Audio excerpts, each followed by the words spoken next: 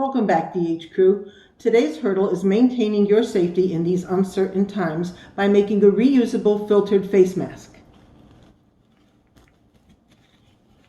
Let's get over this hurdle.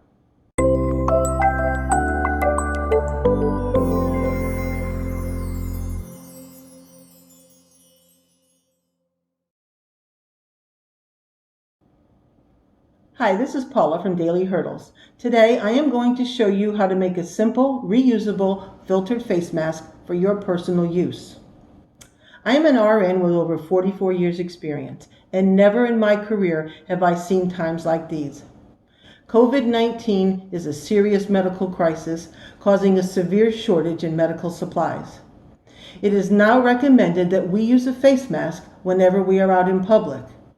Even if we could find face masks for purchase, these are in desperate need by the medical community and should be saved for their use. But that doesn't mean we shouldn't protect ourselves as private citizens. We can and should help ourselves. In this video, I will walk you through the steps to make a protective mask from items that you can find throughout your home. Keep in mind that these masks are in no way a substitute for the N95 respirators that you have heard so much about lately. They are simply an extra barrier of protection for you during times when you need to be out in public, or to help you yourself from spreading COVID-19. The items that we'll need to make this mask are an iron, some rubber bands, optional snaps, and we'll go over this later, needle and thread, a pair of scissors, some pins, and a piece of cotton fabric. The cotton fabric can be as simple as a pillowcase or a sheet, can even be your husband's shirt if he'll let you use it. And then for the filter portion, I'm going to use for this demonstration, I'm going to use a filter bag, a HEPA filter bag from a vacuum cleaner. Now I know in this day and age most vacuum cleaners are bagless, but I do have some, so I'm going to use the HEPA filter from the bag. However, and I'll show you a little bit later also, a coffee filter will also work as a filter. And we'll go over this in a little while. I'll show you what I mean. First, we're going to take that cotton fabric and cut it along the edges into a 14 by 13 piece of material. The next step is to fold the edges in about a ½ inch all the way around, and then press them so they'll lay flat.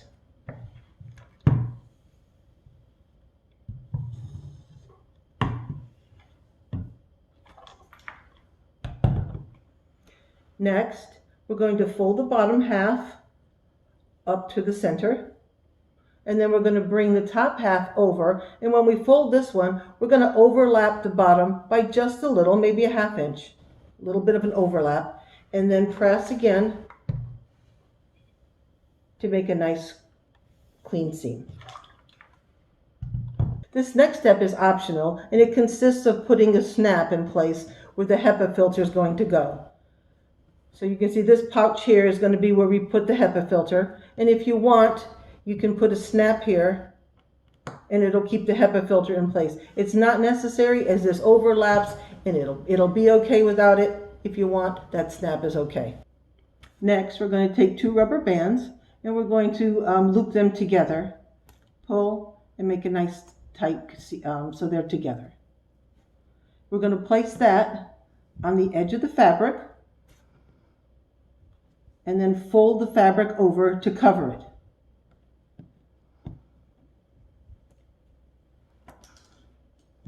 Next, we'll use our pins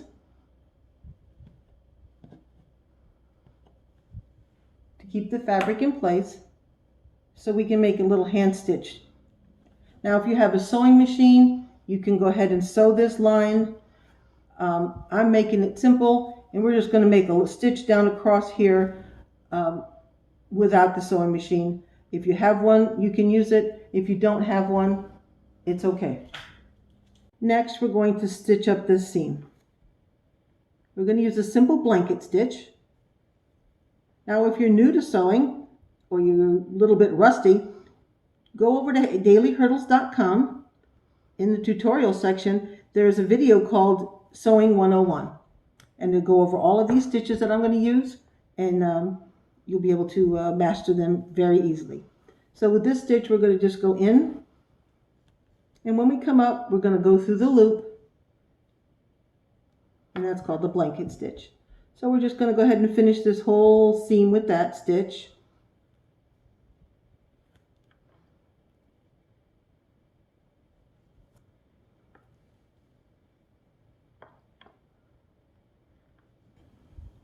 And as we complete the stitch, last one,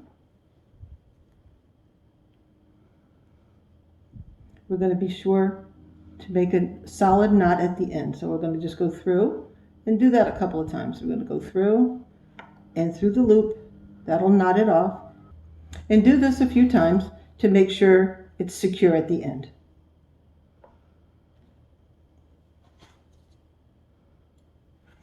At this point, we can remove these straight pins.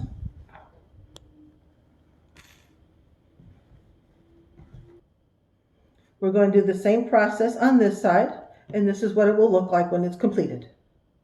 With this being the top of the mask, we're going to put a running stitch about halfway across the top, right in the middle. So if this is the middle point where the snap is, we're going to run a stitch from about here to here, and it's going to be a simple running stitch. And that consists of going in and out, in and out, in and out, right across the top.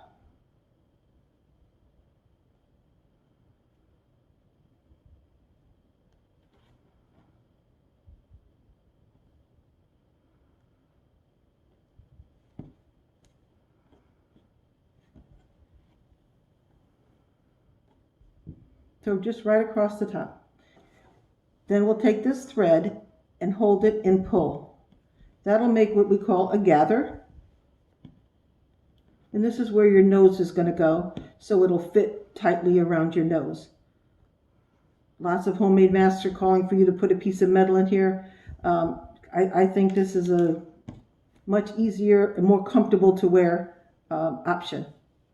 So then when you're finished with that, we're going to take the end and then just put a couple of knots like we did at the end to secure this from coming loose. Through and then through the hole.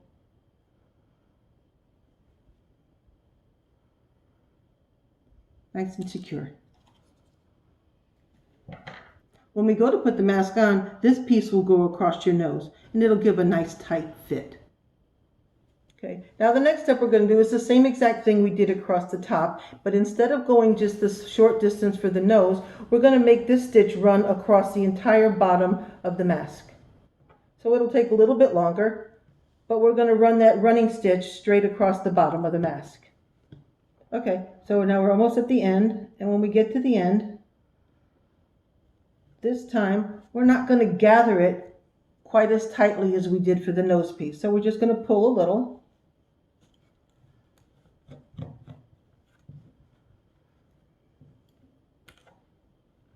And that's about all you need, because this part's going to go under your chin, and just that little bit of gathering is going to give you a nice tight fit around the chin. And again, at the end, we're going to knot this off with a couple of knots. 1, 2, 3. That's just going to prevent it from coming undone.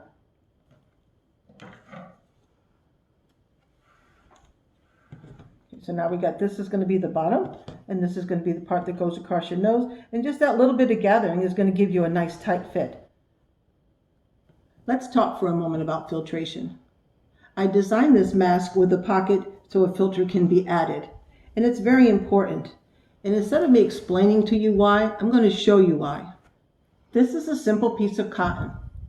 A lot of DIY projects say you can make a mask out of this simple cotton with no filter. I kind of disagree, and I'm going to show you why. Let's pretend this is a sneeze. Watch what happens. You can see the particles easily come through on a piece of cotton.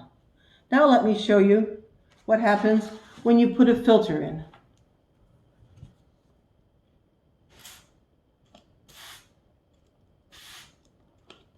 Three sneezes, nothing comes through. If you don't have a vacuum cleaner bag available, Look, watch what happens with a simple coffee filter. Nothing comes through. Here's another type of coffee filter. Let's see how that works. So you can see that even the coffee filters offer an extra form of protection. So for our filter, we're going to use a piece of the vacuum cleaner bag. It's cut into 4 by 7.5. And then at the top, if you just make a little cut, a little round cut where the nose goes, so it'll fit into the mask. Open up the mask, put the nose piece in first, and fit it. It fits perfectly round. And then just put the edges in, flip the bottom up, and your HEPA filter's in place. Snap it back, and your HEPA filter's ready to go. The last step is to secure the mask to your face. We're going to do that by first gathering the edges up, and it's a simple pull.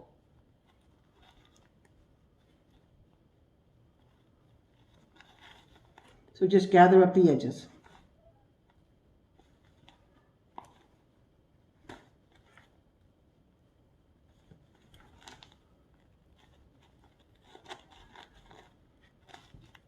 For the bottom portion, we're going to use one rubber band,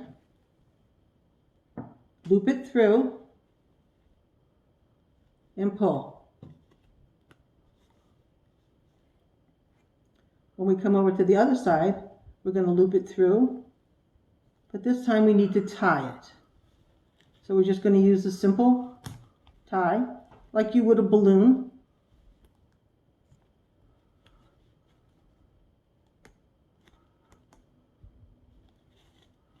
And this is going to be the lower strap. For the upper strap, because it's going to go around the top of your head, it's going to need to be a little longer. So we're going to put 3 rubber bands together. Same principle. Through and pull. Loop it through and pull. Of course, it's going to get tangled, so we'll just untangle it.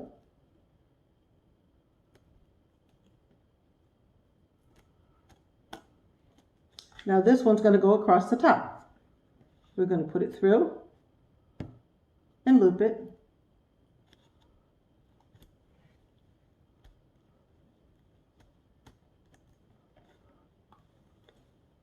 We get to this side, we're going to have to make that balloon knot again.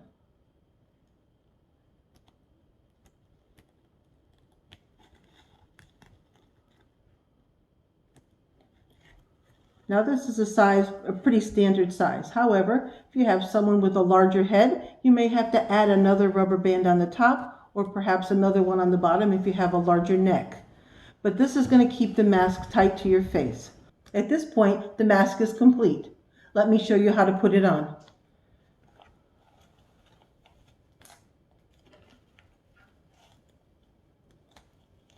And then adjust it to your face. You can see where the gathering is around the nose makes a nice tight fit. That gathering around the bottom makes a nice tight fit, and it's pretty comfortable to wear. With our design, you won't have that normal irritation that you have because the strap does not go around the ear, causing that irritation to the back of your ear. It just goes straight across the back of your head. So it is a much more comfortable mask that you can wear for a longer period of time.